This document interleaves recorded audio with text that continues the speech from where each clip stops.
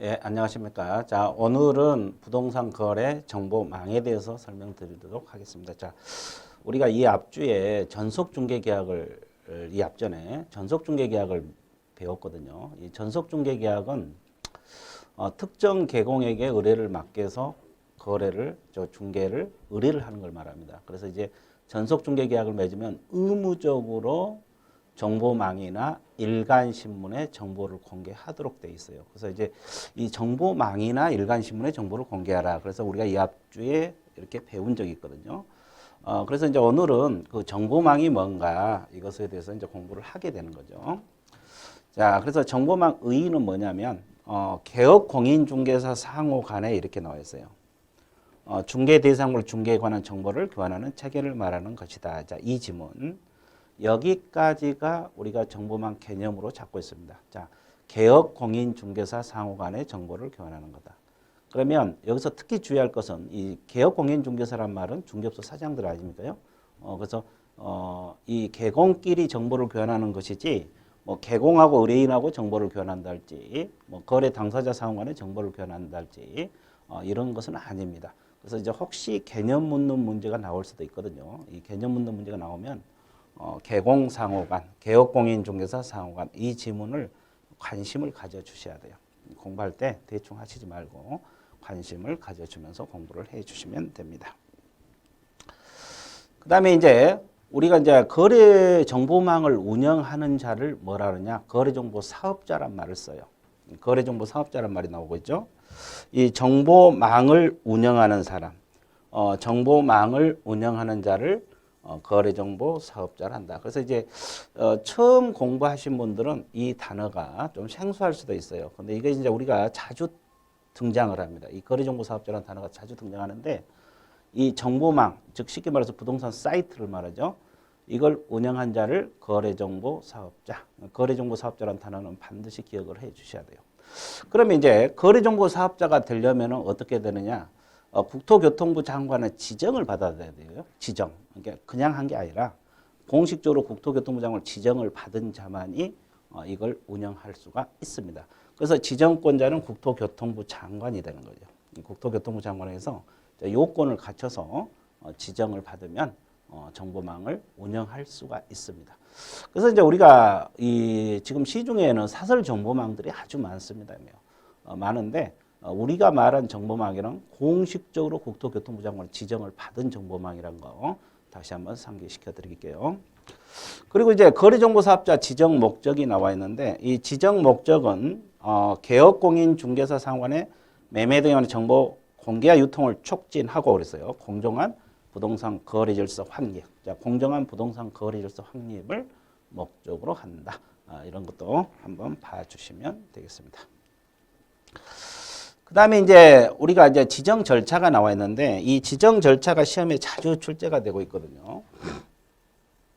이 지정 절차가 자주 출제가 되고 있는데 방금 거래정보 사업자가 되려면 국토교통부 장관의 지정을 받으라 그랬어요. 그러면 어떤 요건을 갖춰야만이 지정을 받을 수 있는가? 이걸 이제 공부를 하게 되는 거죠. 일단은 이 운영할 자로 지정받고자 하는 자는 전기통신사업법 규정 부가통신사업자로 다음 요건을 갖추라 그랬어요. 일단 부가통신 사업자만이 정보망을 운영할 수 있다는 거 이걸 또 관심을 가져줘야 되고 그러면 이제 나머지 요건을 충족하면 돼요. 자, 일단은 이 정보망을 지정받기 위해서는 뭐가 필요하냐면 회원들이 필요합니다. 회원. 그러면 일단 회원들이 있어야지 이걸 운영할 거 아니에요. 그러면 회원이 누굽니까? 개공입니다. 왜? 개업공인중개사 상관의 정보를 교환한 것이다. 그래서 개공을 확보를 해야 돼요. 그래서 개업공인중개사 얼마를 확보해야 되냐? 전국적으로 일단 500명 이상 확보가 돼야 됩니다. 뭐 1000명도 좋고요. 2000명도 좋습니다. 일단 500명, 최소 인원이 500명이고 그 다음에 2개 이상 시도입니다.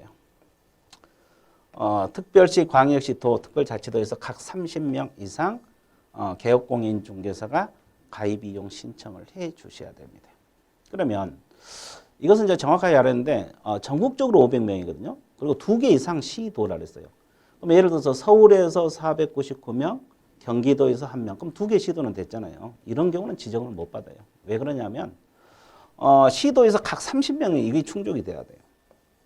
그러니까 예를 들어서 뭐 서울에서 470명, 뭐 경기도에서 30명. 그러면 지정을 받을 수 있겠죠. 그러면 지정받을 수 있는데 뭐 서울에서 499명, 뭐 경기도에서 3명. 그러면 지정을 안 해주겠죠.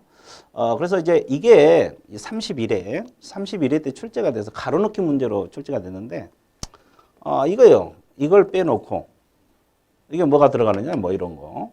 이게 출제가 된 거잖아요. 그리고 이제 2개 빼놓고 몇 개 이상 시도냐 뭐 이런 형식. 그래서 이런 이 지정 요건에 관련 문제가 뭐 가로넣기 문제 형태로 나올 수도 있고 박스형 문제로 나올 수도 있고 그냥 일반 오지선다항으로 가볍게 나올 수도 있고 여러 가지 형태 뭐 출제자 마음이니까 문제 내는 건 출제자 마음이잖아요.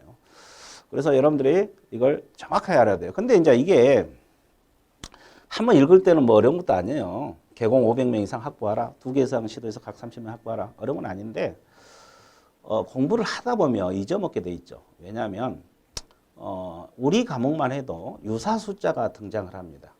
저 뒤에서 뭐 각 20인이 나와요. 시도에서 20인. 뭐 이렇다 보면은 어디가 30명이고 어디가 20명이고 이제 시간이 지나면 헷갈려요. 시간이 지나면 자꾸 헷갈리기 때문에 이것을 저는 항상 강의할 때 5, 2, 3 이렇게 강의를 합니다.